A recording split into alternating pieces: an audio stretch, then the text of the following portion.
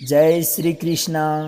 नमस्कार दोस्तों, मैं आपका मित्र सांवर चौधरी आप सभी मित्रों का आपके अपने YouTube चैनल सांवरिया ऑफिशियल पर एक बार फिर से हार्दिक स्वागत करता हूँ। दोस्तों, हम वीडियोज की श्रृंखला में महाभारत के कुछ आदर्श पात्रों के जीवन चरित्र के बारे में जान रहे हैं।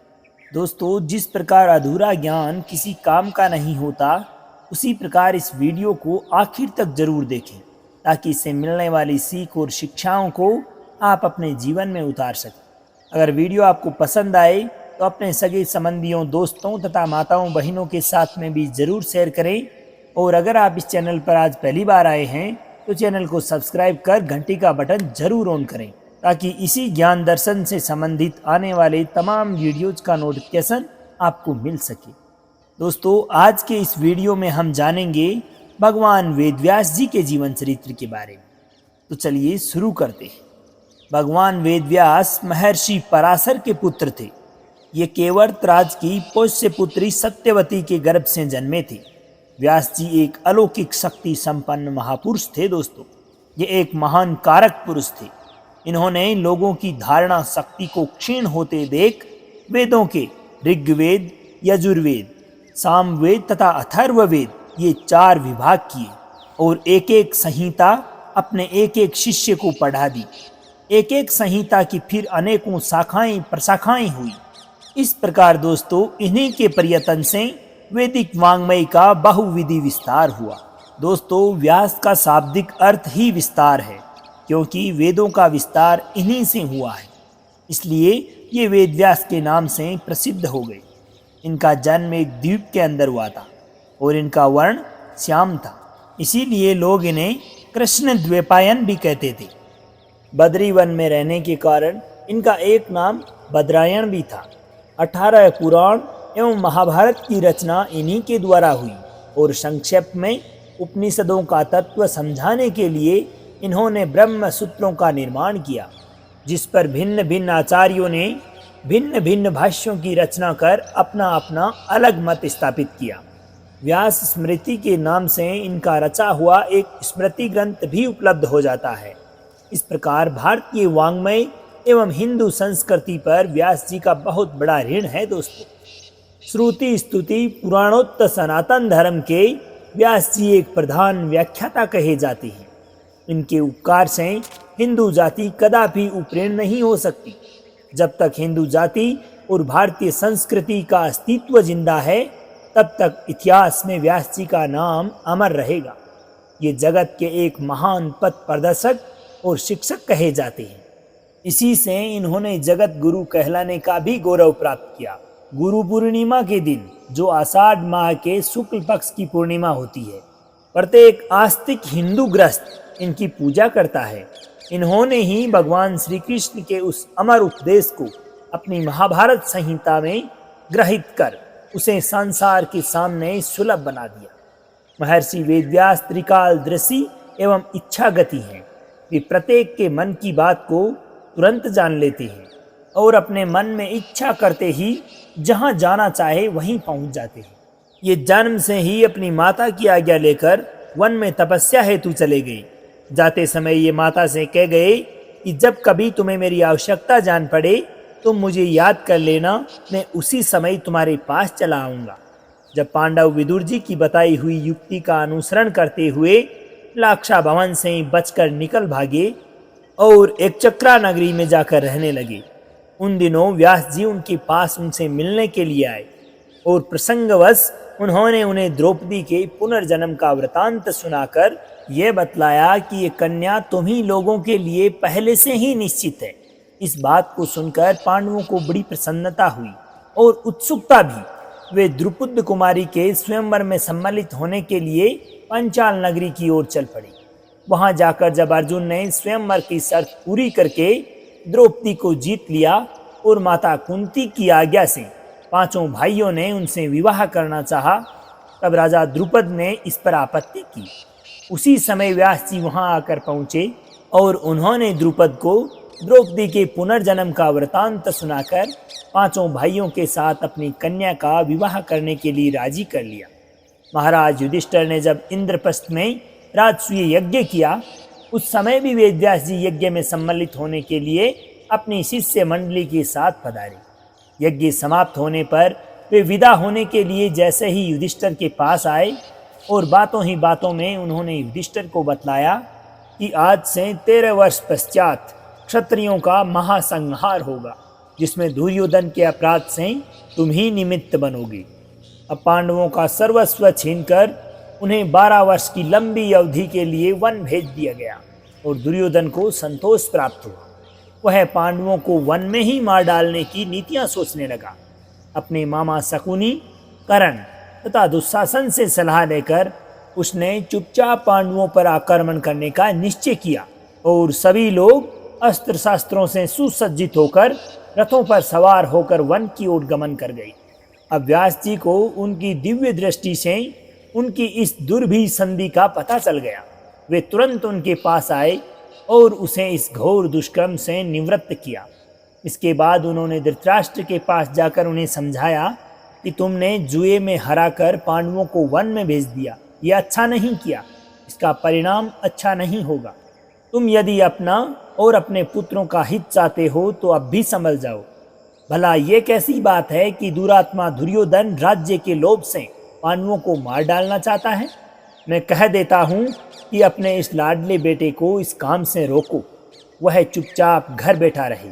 यदि उसने पांडवों को मार डालने की चेष्टा की तो वह स्वयं अपने प्राणों से हाथ धो बैठेगा। राजन, यदि तुम अपने पुत्र की द्वेष बुद्धि मिटाने की चेष्टा नहीं करोगे तो बड़ा अनर्थ होगा।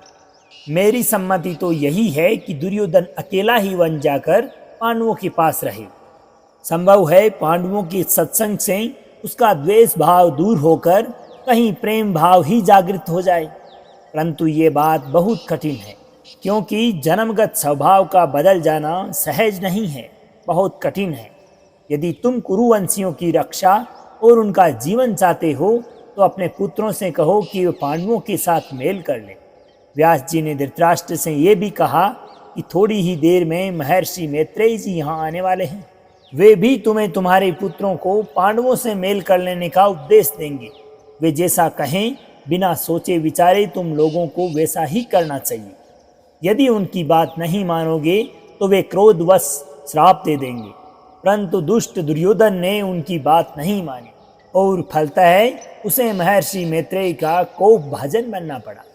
व्यास जी त्रिकालदर्शी तो थे ही, उनका सामर्थ्य भी अद्भुत था। जब पांडव लोग वन में रहते थे उस समय उन्होंने एक दिन उनके पास जाकर युधिष्ठिर के द्वारा अर्जुन के प्रति स्मृति विद्या का उपदेश दिया, जिससे उनमें देवदर्शन की योग्यता आ गई। इतना ही नहीं, इन्होंने संजय को दिव्य दृष्टि दे दी, जिसके प्रभाव से उन्हें युद्ध की सारी बातों का ज्ञान स्वतः ही होने लगा, बल्कि उनमें भगवान के विश्व रूप एवं दिव्य चतुर्भुज रूप के देव दुर्लभ दर्शन की योग्यता भी आ गई और वे साक्षात भगवान श्री कृष्ण के मुखारविंद से श्रीमद् भगवत गीता जी के दिव्य उपदेश का भी श्रवण कर सके, जिसे अर्जुन के सिवा और कोई भी नहीं सुन पाया था। जिस दिव्य दृष्टि के प्रभाव से संजय में इतनी बड़ी योग्यता आ गई, उस दिव्य दृष्टि के प्रदान करने वाले महर्षि वेदव्यास में कितना सामर्थ्य होगा, हम लोग इसका ठीक ठीक अनुमान भी नहीं लगा सकते। दोस्तों, वे साक्षात भगवान नारायण की कला ही जो ठहरे। एक समय की बात है जब धृतराष्ट्र और गांधारी वन में रहते थे और महाराज युधिष्ठिर भी अपने परिवार के साथ उनसे मिलने के लिए गए हुए थे। व्यास जी वहाँ आए और ये देखकर कि धृतराष्ट्र और गांधारी का पुत्र शोक अभी तक दूर नहीं हुआ है और कुंती भी अपने पुत्रों के वियोग से दुखी हैं, उन्होंने धृतराष्ट्र से एक वर मांगने को कहा। अब राजा धृतराष्ट्र ने उनसे यह जानना चाहा कि महाभारत के युद्ध में उनके जिन कुटुंबियों और मित्रों का नाश हुआ है उनकी क्या गति हुई होगी। साथ ही उन्होंने व्यास जी से उन्हें एक बार के लिए दिखला देने की प्रार्थना की। व्यास जी ने उनकी प्रार्थना स्वीकार करते हुए गांधारी से कहा कि आज रात्रि में तुम सब लोग अपने मर्त बंधुओं को उसी प्रकार देखोगे जैसे कोई सोकर उठे हुए मनुष्य को देखे। अब सायंकाल नृत्य करते करके व्यास जी की आज्ञा से सब लोग गंगा तट पर एकत्रित हुए।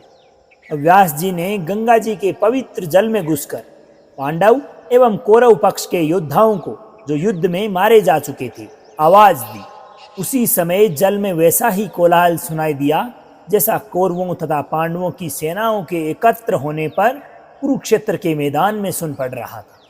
इसके बाद पितामह भीष्म और द्रोण को आगे करके वे सब राजा और राजकुमार जिन्होंने युद्ध में वीरगति को प्राप्त किया था सहसा जल में से बाहर निकल आए।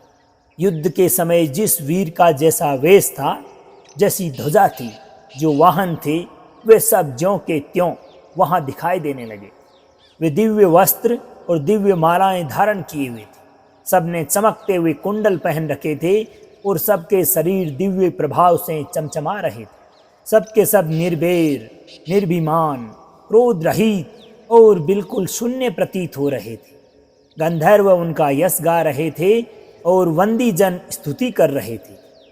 उस समय व्यास जी ने धृतराष्ट्र को दिव्य नेत्र दे दिए, जिनसे वे उन सारे योद्धाओं को अच्छी तरह देख सके।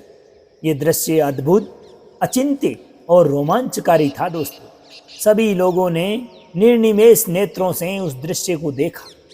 इसके बाद वे सब लोग जिस प्रकार आए थे उसी प्रकार भागीरथी के जल में पुनः प्रवेश करके अपने अपने लोक में गमन कर गए। उस समय वेदव्यास जी ने जिन स्त्रियों के पति वीरगति को प्राप्त हो गए थे उनको संबोधन करके कहा कि आप में से जो कोई अपने पति के लोक में जाना चाहती हो उसे गंगा जी के जल में गोता लगाना चाहिए। अब उनके द्वारा कहे गए इस वचन को सुनकर बहुत सी स्त्रियां जल में घुस गई और मनुष्य देह को छोड़कर अपने अपने पति के लोक में गमन कर गई।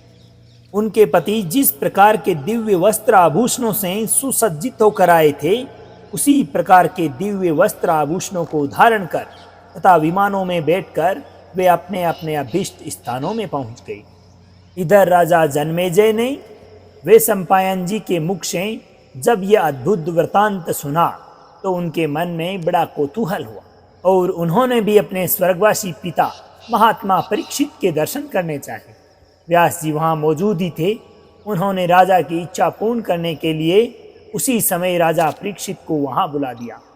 जन्मेजय ने यज्ञांता स्नान के अवसर पर अपने साथ अपने पिता को भी स्नान कराया और इसके बाद परीक्षित वहाँ से चले गए। इस प्रकार महर्षि वेदव्यास जी ने अपने अलौकिक सामर्थ्य का प्रकाश दिया। महर्षि वेदव्यास वास्तव में एक अद्भुत शक्तिशाली महापुरुष थे दोस्तों।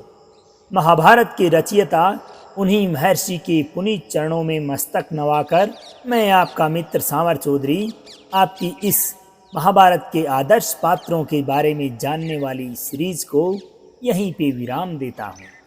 दोस्तों, उम्मीद है कि इस सीरीज में आपको बहुत कुछ सीखने को मिला होगा। ये वीडियोज आपको बहुत पसंद आए होंगे।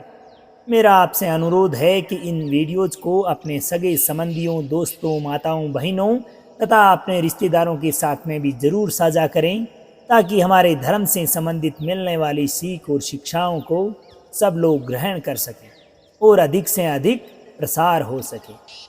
तो दोस्तों, अब आज्ञा दीजिए आपके मित्र सांवर चौधरी को। मिलते हैं ऐसे ही किसी अन्य ज्ञानवर्धक वीडियो के साथ। जब तक के लिए खुश रहिए, मुस्कुराते रहिए, जीवन में आगे बढ़ते रहिए और प्रेम से बोलिए श्री राधे राधे।